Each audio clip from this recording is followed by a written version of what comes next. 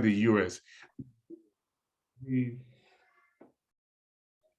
The difference is that if you're already in the US, you fill what are called from I-485 to change your status.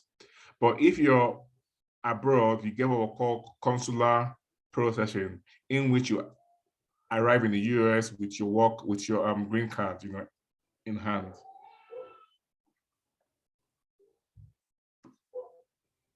Next slide. So basically, for the first category, if you're already in the US, there are two forms to fill: the Form I-140, Form I-485, and also there is what we call Form I-765, whereby you can also get a work permit. So depending on your own peculiar profile, we can advise you on how to go about the whole process. Again, if you've arrived in the US with the J1 visa, then of course there's what they call the 2-year home rule, whereby you're meant to go back home for 2 years before you come back to the US. But basically, what we can do is that in this case, we can actually now apply for a waiver. Now, for the category 2, if you're applying from outside the US, you fill the Form I-140 and for the Form DS-260. And this is called consular processing. And of course, in most cases, once your I-140 is approved, most likely or not, 99.99% of the time, they will grant your immigrant visa. The key is basically to get you the step 1, to get you from I-140 already approved. So basically, what we are doing in the from I-140 is to waive the labor certification, because every country is governed by rules and law. Okay, so but basically, in your from I-140, you are saying to them that my skills will advance the cause of the US. Hereby, please waive this labor certification and give me a direct access. In this case, you are going to you're what? Filing for yourself, unlike whereby the H-1B, whereby a company files for you.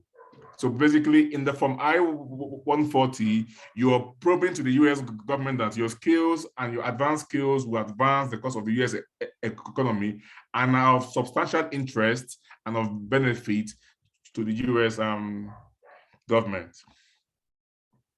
So if you're already in the US, like I said before, you fill the Form I-485, whereby it's a very straightforward process after the Form I-140. But of course, the forms could be very, very, very lengthy, and it requires a lot of skill and time, and of course, patience to really fill the form. So the Form I-185 now qualifies you for what? The green card. And like I said, the key is for us to get the first process of the I-140, that is the petition.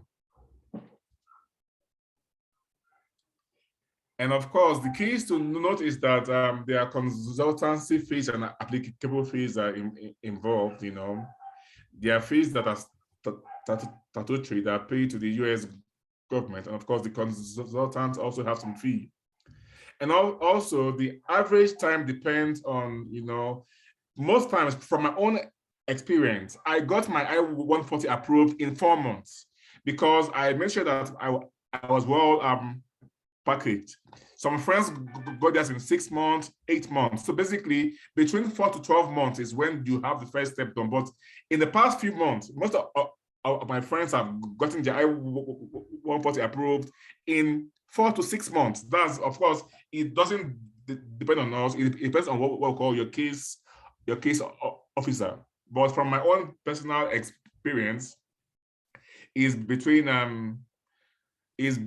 4 to 6 months. And again, you see that basically in this case we are experts because, for example, I have a PhD right in engineering. So basically, I understand all the techniques. I understand what it takes to write the petitions. I understand the things that were needed. The attorneys are not experts in your area, so they just guide you towards, submitting the right document. But when it comes to the content, I mean, that is the edge that I think we have over the normal attorneys. And besides, this process has no court papers. It's just to guide you, to lead you, to prepare a portfolio that is impeccable, And of course, the contact is there on your screen. And I ask you now to, if you're possible, to ask your questions now, if there are any things you don't understand. Thank you. Thank you. Thank you, Dr. Daniel.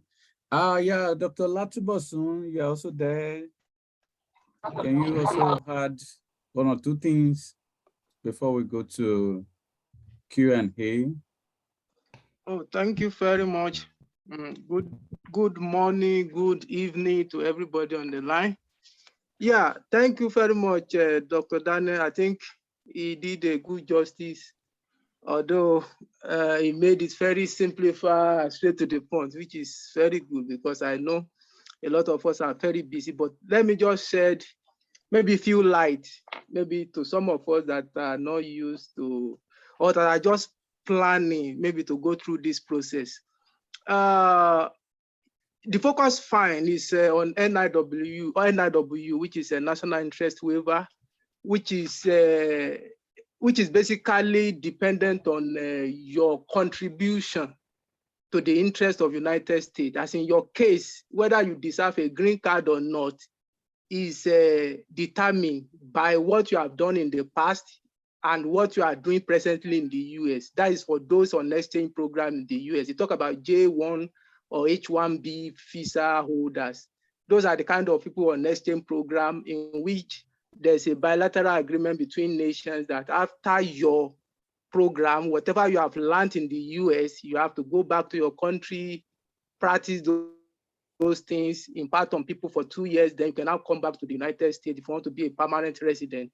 So that is on one side for those that are having maybe their postdoctoral program, PhD program here. But for those of us in Nigeria now, basically, if you have an advanced degree, maybe master's or PhD, preferably PhD, but with master's, I think it will require some experience, maybe like 3, 4, 5 years experience. And what they look at is what we've been doing in the past, maybe our contribution in terms of journal publications, our citation, the relevance of our work to knowledge. And the emphasis is on STEM disciplines, that is the science, technology, engineering, and mathematics disciplines. So if we are very fortunate, maybe we have a master's in engineering, master's in mathematics, master in any science-based course. So we have an edge, because most of those petitions, that I-140, the main document that is needed in I-140 is what we call the petition. The petition is a document that you prepare to argue your case. And I think Dr. Daniel talked about it, where he said being a PhD holder in the field, he knew how to package his document very well, how to argue his case that is very relevant in the United States. So I think that is just the main thing. Our research contribution, our citations, our journal publication, that is very, very important. That is for those coming with advanced degree. But maybe even with BSc, the EB2, EB3 is there, where you have experience like 9 years or so with BSc, and you can argue your case based on the work experience, that what you have learned in the past, you've actually applied it in different industries, and this is what you can offer when granted the permanent resident in the US. Yeah. All right. I think that is just basically what I Yes, okay. I'm sorry to I would like to state here that from the gazette, basically it stays STEM and of course art and STEM and art. Okay, so basically it's not just limited to STEM. Of course, STEM is what is in vogue, right? STEM is the future, but from the gazette, it's all encompassing. People from a lot of backgrounds, business and law can apply. But again, STEM is the word future. For example, someone in STEM is more likely to get it than somebody, in say banking. But from the gazette, it's all encompassing. So it's not just STEM, Yeah. Yes, thank you very much. Thank you. Before we go to questions and section, it is important to clarify that from the documentation, Dr. Daniel, can you please stop sharing so that it is important to, okay, thank you.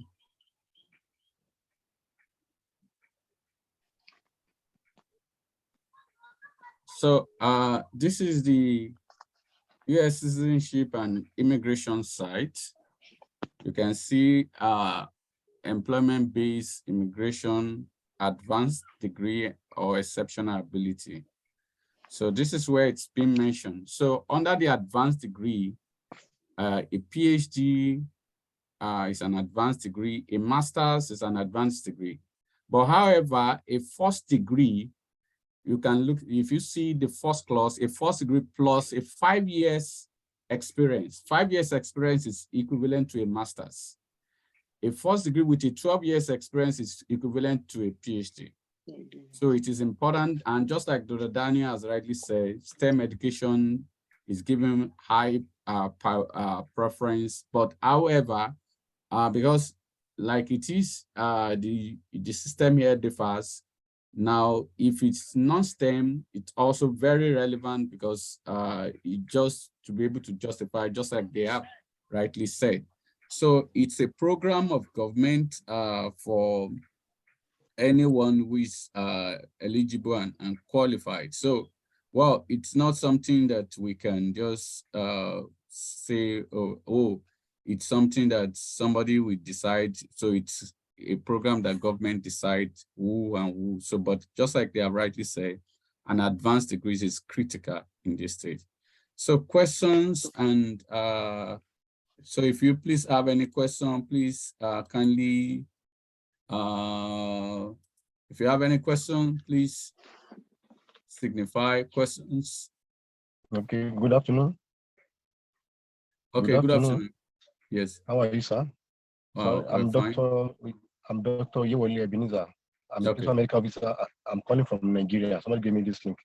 Thanks for this kind of opportunity that you have. Sorry, I'm a principal medical officer it's like I had my MBBS basically about 22 years ago, and I'm in Nigeria. So if I want to migrate, sir, of what's my port of entry as per this form that you are mentioning, sir? Thank you, sir. Dr. Tubosun, Dr. Daniel. So basically what you do is that you qualify because you possess a first degree and progressive 5 years of experience, So in your sorry, case, sir, I have master degree, MPH too. That's good. And sorry, can I ask you if you have some publications or papers? I submitted to the school where I finished. Okay, so because so basically in your case, since you have a first degree and of course an MPH with your papers, I think you qualify. Yes. So what is done is that the first step is that basically you send through your CV, then we don't do a review and tell you what must be done in each, because by into each case is what peculiar. So the evidence I must show for Mr. A is not the evidence I must show for B. For example, in my case, I have over almost 50 papers, you understand? So in my case, I put all my papers, So the evidence for A and B and C is not the same. Okay, so you're judged based on your own peculiar circumstance. So every case requires time and effort and, you know, dedication. You see, yes. All right. Thank you. Thank you very much. Thank you, Dr. Latubosun. Yeah, you are welcome. Yeah, I think just as he has rightly said, I think your case can go with experience and higher degree. Both, you can combine the two, and you have a strong case to present. Yes.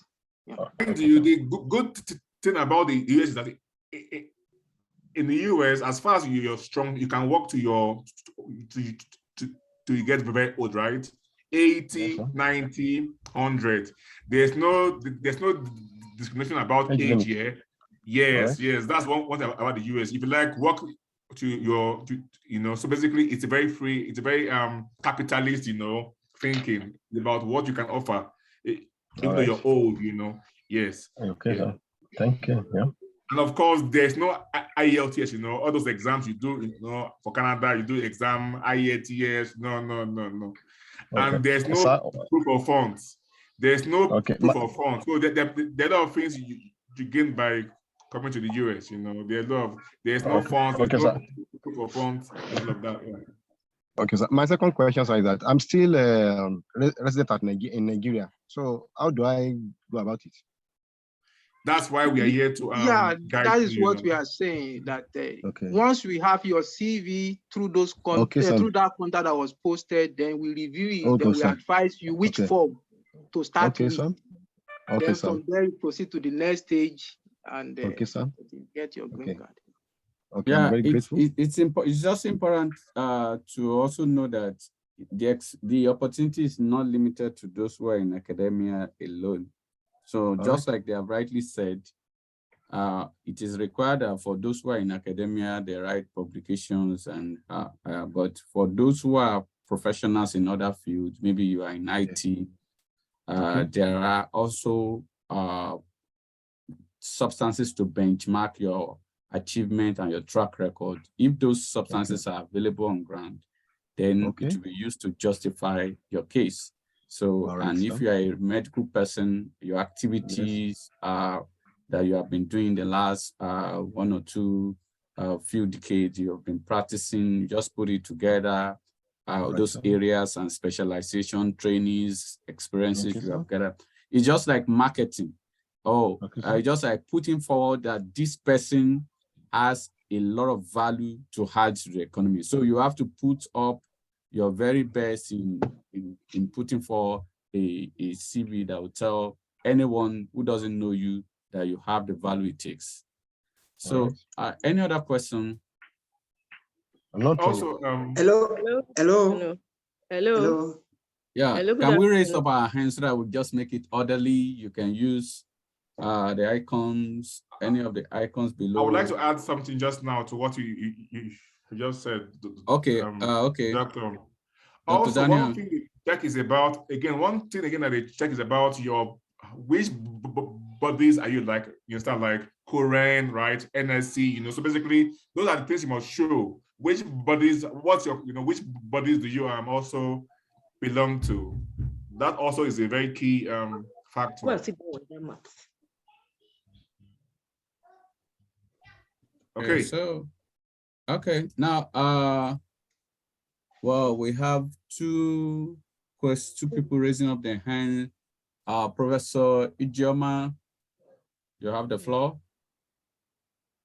Good afternoon, sirs.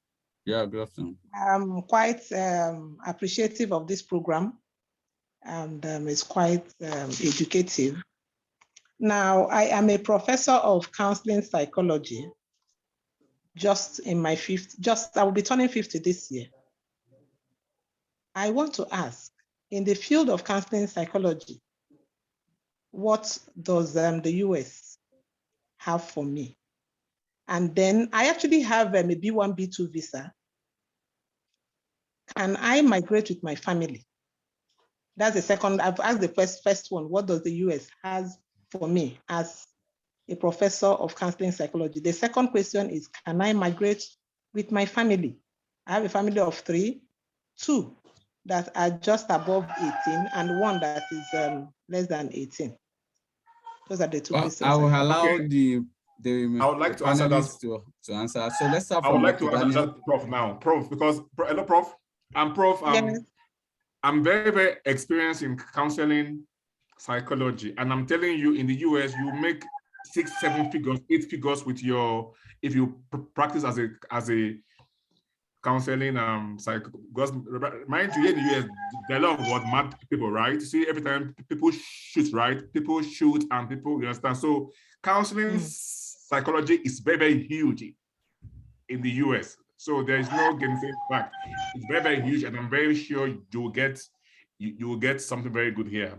Then for your kids, as far as your child is not up to 21, your petition can sponsor the 3 of them. As far as your child is not an adult, 21 is the age, the by year for for the thing, So that's the bar, So as far as your child is not up to 21 years, you can file for everybody at once, Yes. And mind you, from my experience, because I work as an academic here in the US, you make more money practicing than actually as a professor. So I would advise you to look towards practice, not towards the academics here. Okay. Now I want to add another question just to follow up on what you said. Somebody asked about Koren, which is more like our own thing in engineering. In our own field, we have in Nigeria here, we have 2 professional bodies that I am a member of. We have the CASON and then we have the APROCON. I also know that in the US, we have an outfit for counselors, which I am not a part of. Will that in any way have an impact? That is not a problem. No. They judge you based on your contributions, where you have been, and your potential impact on the US. You understand? Yes. Like, for example, in my case, I applied from South Africa, and I put my current and also my other South African things. Okay? So you're judged based on your contributions, where you've been, where you're coming from. So yes. Okay. Because of time, just a quick one to Professor Ijoma. If you intend to practice as a counselor, then you will need to get a license from appropriate professional bodies. But that does not have to do that. That doesn't have anything to do with your visa. Your visa this time around is just for entry or for documentation. But if you are intending that you want to practice, then it will go. So let's go to Wanda. Thank you so much for this opportunity. My question is that according to the explanation so far, does it imply that a fresh graduate with post BSc does not qualify for the application? That's my question. No, the answer is a fresh graduate is not qualified for NIW, a first degree or that, who doesn't have experience, a fresh graduate. So, but you are qualified for H1B. H1B. H1B. H1B. So what's the way to go about that? You can contact the email letters. They will link up with you and they will follow up what to do. All right. Thank you, sir. Ajala Olubenga.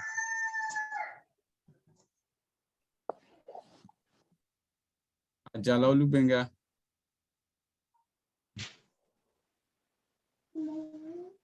Let me see. Okay, Infinix Note 7. Good afternoon. Good afternoon. Hello? Yeah, good afternoon. Thanks for this opportunity. Actually, my question is this. I already have my master's degree. Are you hearing me? Yeah. I already have my master's degree, trying to go for my PhD. And I've been working in the government parastatal for the past 10 years. What is my take? What do I need to do to be able to fasten and hasten my migration? Okay.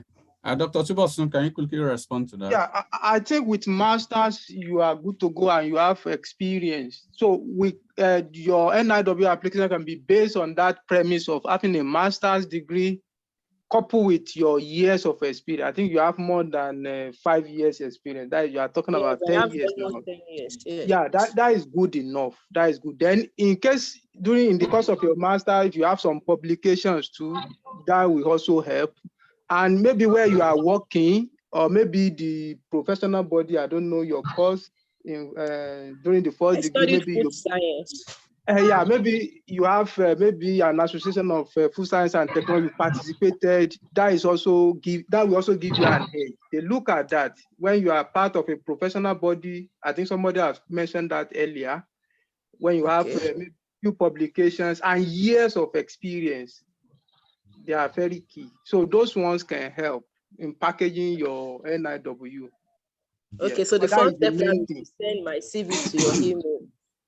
Yes, once we get your details, we get your CV, so we will be able to tell you what you need to do. As in, like the experience now, you must have something to show. Maybe you've gotten an award. I don't know where you work. So maybe you've gotten an award in the course of your work. You've gotten some promotions. Those letters of promotion will also count as evidence that you've been working. You know, they will have different dates, different year. So I think those ones will be relevant. Your professional body's affiliation, in case you have master's degree, in case you have maybe few publications, then your promotion letters or anything that can show that you've been working. Yeah, and your contribution to your field, anything in that area will help. Yes. Okay. Thank you. Techno Spark 4. Yeah, good afternoon or good evening. Hello? Hello, yes. Hello? Can you hear me? Yes. I'm Dr. Gabriel Oladipo. My question is this. I'm from Nigeria. I don't know, is it possible for us to also apply with our family? So that question has been answered, but I just want to know, those of us that are applying, that want to apply afresh, is it possible for us to also apply or to file in with our family members? And my second question is that what are the various opportunities do we have when we get to US? That is the area that you can work. Is it in my field or other fields that is related to my own area of studies? Okay, let me quickly respond to that. The first question, I think the main thing is this. If you are talking about your dependent, I think the first thing is for you alone to apply. You are the principal applicant. The NIW doesn't ask for maybe you have. Sorry, I'm in a Zoom meeting. Hello, can you hear me? Yeah, what I'm saying is that the first stage, the starting point, which is the focus for today's presentation, the NIW, the emphasis is on the principal applicant. You are the one that will justify your significance in the United States based on your contribution, based on all those criteria we talked about, maybe your years of experience, your advanced degree, your publication, your professional body affiliation, and all those things. So once the NIW is approved, like Dr. Daniel said, that can take maybe like 4 to 12 months, depending on your case. Because some people, their documents are not complete, they give them what we call RFE, request for further evidence. So that will also take maybe another 2 months, you know, the cost of, the duration for communication. They will send back your documents, asking you to provide further evidence. By the time you package everything, you post it down again, you know, it will take some time. So some people, they ended up maybe like 12 months, 8 months before they get their NIW approved. So after your NIW is approved, then that is when you can now bring in your wife, your kids, your dependent, your direct relatives, not your brothers or sister now, just your wife or your husband and your immediate family. Your immediate family, yes. So once you are able to provide their name, then you now file an application for them too, using that DS, I think Dr. Edwin talked about the DS 260. That is where you now include everybody. Then you pay for them. They too, but they have their own forms, they have their own passport number and all their details. That is when you bring them in. Yeah, and everybody will be granted the immigrant visa. And once you land there, then you now get your green card within 1 month. Then concerning the opportunity you talk about, so it all depends on you. When you get here, there are a lot of opportunities, but you now have, green card can allow you to do anything you want. Maybe you are a medical doctor in Nigeria and you decided that I don't want to be a medical doctor again. I want to be maybe to be teaching in a school or something. So it gives you an opportunity to work anywhere, unlike the J1 visa or the H1B that limits you to research and academics. Yeah. So in that case, you are free to do whatever you want. If you want to work with your degree, if you want to get other professional certification here, maybe you are inclined to IT, you want to quickly do maybe 1 or 2 online courses so that you can get some experience. But it depends on you. It all depends on you, whether you want to go to the industry or academia once you are here. Then, of course, it also depends on what is available. Like now, the IT sector is going through crisis now. You know, you must have heard about layoffs. But after like 1 or 2 years, then they will start recruiting again. So it depends on the time you are coming, the available opportunities, and what your own interests are. Okay, thank you. You're welcome. Any other question? Any other question? Sorry, please, I want to ask one last question. I Okay. noticed that this H1B that you mentioned earlier is not part of the explanation, like it was not an option out of everything that you explained. Yeah, if you have been following the webinar on this platform, H1B has been taken care in the past. Okay, all right, sir. So I don't know how to now go about this H1B. That's why you were told to send email. The appropriate person will send you probably a link or invitation, or so the appropriate person are actually listening to you, and they will listen to your inquiry. Okay. Like, yeah, Annie, you are saying something? Like you said, I will send my email to the appropriate person. Hello. Can you see my screen? Yes, I can. All right. So you can send email to that email. You'll be contacted duly. Hello. So it's wonderful this morning, this afternoon, from wherever we may be listening. We have our facilitators and our panelists who have done justice to this. Let's say that this is one of the efforts from Transnational Career Consultant to empower our community and to share more light and to make life easier for a lot of us who desire one area or the other to seek better opportunity and better position and placement. So while today it's been wonderful having Dr. Daniel and Dr. Tubosun on this platform. So well, if you have any inquiry or any query or any question, further question beyond these, you can please send email to this, then it will be communicated to the appropriate facilitator or the appropriate quarter, and you will actually be reached.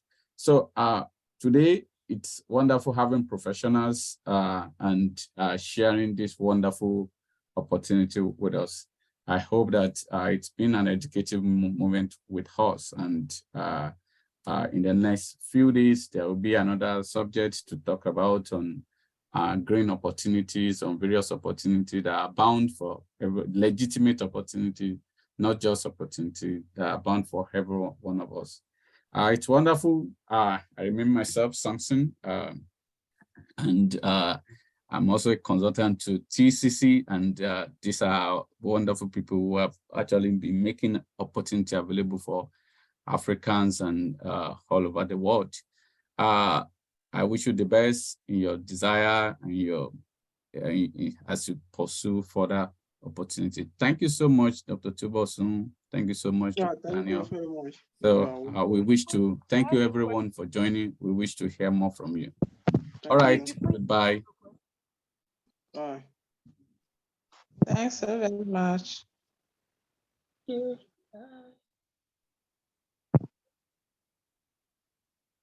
Thanks.